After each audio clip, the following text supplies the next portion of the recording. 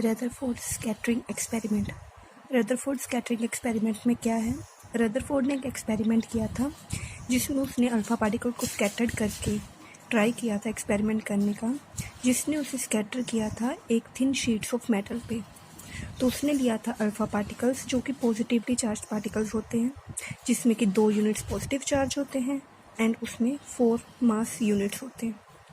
Alpha particles को उसने bombard किया था एक फ्लोरोसेंट स्क्रीन पे जो कि थी जिंक सल्फाइड की शीट, और वो एक टारगेट स्क्रीन थी हमारी फ्लोरोसेंट स्क्रीन जो कि जिंक सल्फाइड की थी।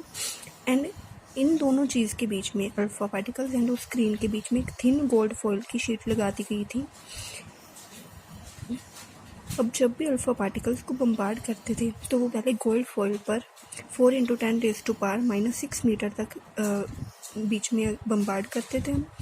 तो जो डायमीटर था वो गोल्ड फॉइल का होता है 4 × 10⁻10 मीटर, और जो कुछ अल्फ़ा पार्टिकल्स थे जब वहाँ उस गोल्ड फॉइल से पास करते थे तो वो डिफ्लेक्ट हो जाते थे, यानी कि कुछ अल्फ़ा पार्टिकल्स कुछ स्मॉल एंगल से डिफ्लेक्ट करते थे और कुछ अल्फ़ा पार्टिकल्स बहुत ही ज़्यादा एंगल्स पर डिफ्लेक्ट करते थे। वो इतने ज़्यादा एंगल्स पर डिफ्लेक्ट करते थे कि वो जस्ट अपना पाथ था जहाँ से वो आ रहे थे उसी को रिट्रेस कर लेते थे। इसको हम एक डायग्राम से समझते हैं। ये है हमारा न्यूक्लियस, यानी कि यहाँ पे जहाँ पे हमारे एटम के बीच का सेंटर।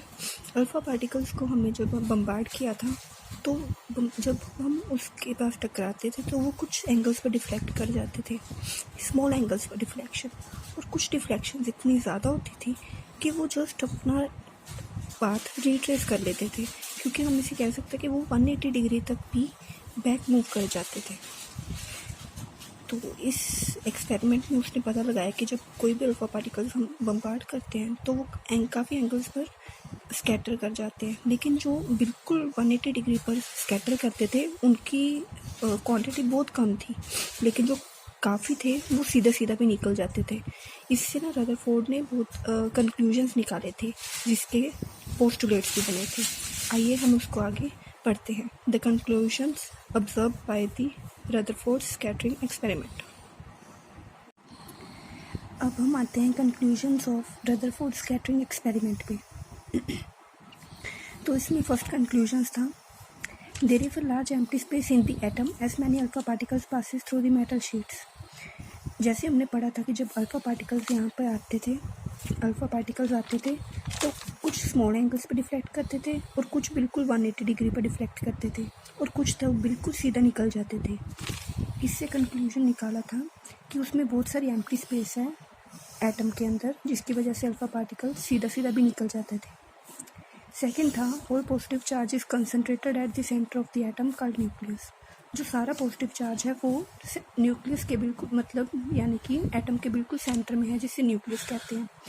ये हमें कहाँ से पता चला था, क्योंकि जब अल्फ़ा पार्टिकल्स आते थे उनमें से कुछ अल्फ़ा पार्टिकल्स ऐसे थे जो बिल्कुल 180 डिग्री पर अपना पाथ रिट्रेस कर लेते थे। ये था हमारा सेकंड कंक्लूजन। थर्ड कंक्लूजन है, the nucleus occupies only small volume of the total volume of the atom. हमें पता है क्योंकि जब हम अल्फ़ा पार्टिकल्स हमने देखा था, हम रिट्रेस कर रहे थे जो अपने पाथ, उनकी क्वांटिटी बिल्कुल बहुत कम थी, यानी कि कुछ एटम्स ही थे, कुछ अल्फ़ा पार्टिकल्स ही थे जो बिल्कुल रिट्रेस कर रहे थे अपना पाथ। इससे पता चलता है कि जो ऑल पॉजिटिव पार्ट है या न्यूक्लियस है वो एक स्मॉल वॉल्यूम में ही है पूरे एटम के वॉल्यूम के कंपेयर में। फोर्थ है, there are only some electrons in the atom that neutralizes the positive charge of the nucleus. ये तो हमें पढ़ के पता चल रहा है। The central nucleus has the positive charge which is different in magnitude. यहाँ पे टूडे नहीं आएगा। जो सेंट्रल न्यूक्लियस होता है हर एटम के जो पॉजिटिव चार्ज है वो हर डिफरेंट एलिमेंट के एटम्स का अलग अलग होगा। तो रदरफोर्ड ने कैलकुलेट किया था diameter of the nucleus of the atom, उस 10⁻⁻15 मीटर तक था, और जबकि होल एटम का डायमीटर था 10⁻⁻10 मीटर। तो इसके बाद आते हैं डिस्टेंस ऑफ नियरेस्ट अप्रोच, कि अल्फ़ा पार्टिकल न्यूक्लियस के कितना क्लोज तक आ सकता है, यानी कि जब कोई अल्फ़ा पार्टिकल आया तो वो न्यूक्लियस के कितने नज़दीक तक आ पाया, उसका और अल्फ़ा पार्टिकल का मिनिमम डिस्टेंस जो रह गया था उसको हम निकालेंगे। तो उसके लिए हम पहले लेते हैं let an alpha particle of energy E is directed towards the nucleus of atom. Then it retraces its path when deflected. तो हमें पता है कि जब वो बिल्कुल डिफ्लेक्ट करता है 180 डिग्री पे, तो वो कितने डिस्टेंस पर आकर डिफ्लेक्ट करता है, उसे निकालने के लिए हमने लिया है let m be the mass of the alpha particle and speed of approaching to the nucleus is u. तो काइनेटिक एनर्जी हमारी बन जाएगी हाफ एम यू स्क्वायर. तो अल्फा पार्टिकल अप्रोच कर रहा है न्यूक्लियस के पास, तो जो काइनेटिक एनर्जी वो धीरे धीरे पोटेंशियल एनर्जी में कन्वर्ट होनी स्टार्ट हो जाएगी, क्योंकि पहले जब अल्फा पार्टिकल आएंगे तो वो पहले अपनी स्पीड में आ रहे हैं, तो वहाँ कुछ ना कुछ ऐसा पॉइंट आएगा जहाँ पे आकर वो बिल्कुल स्लो होता बिल्कुल ज़ीरो हो जाएगी उसकी वैल्यू, एंड देन फिर वो रिट्रेस करेगा.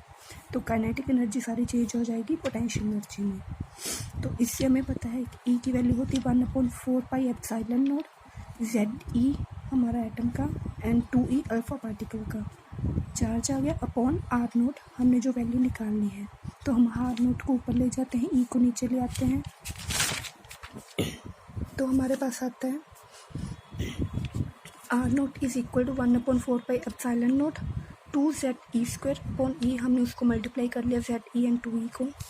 R नोट की वैल्यू हमने यहाँ पे E की वैल्यू पुट की है हाफ एम वी स्क्वायर, तो वो हाफ ऊपर चला गया, 4 और 4 कट गए हैं. तो R नोट की हमारी वैल्यू आ गई है ZE square upon pi epsilon naught m u square. ये है हमारा distance of closest approach.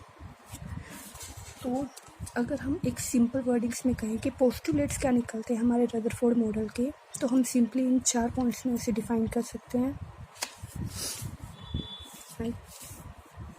First है almost all the mass of the positive charge in the atom is concentrated at the centre of the atom called nucleus. जो सारा मास है and सारा positive charge है वो एटम के बिल्कुल सेंटर में प्रेजेंट है, जिसे हमने नाम दिया है nucleus. Size of the nucleus of the atom is too small.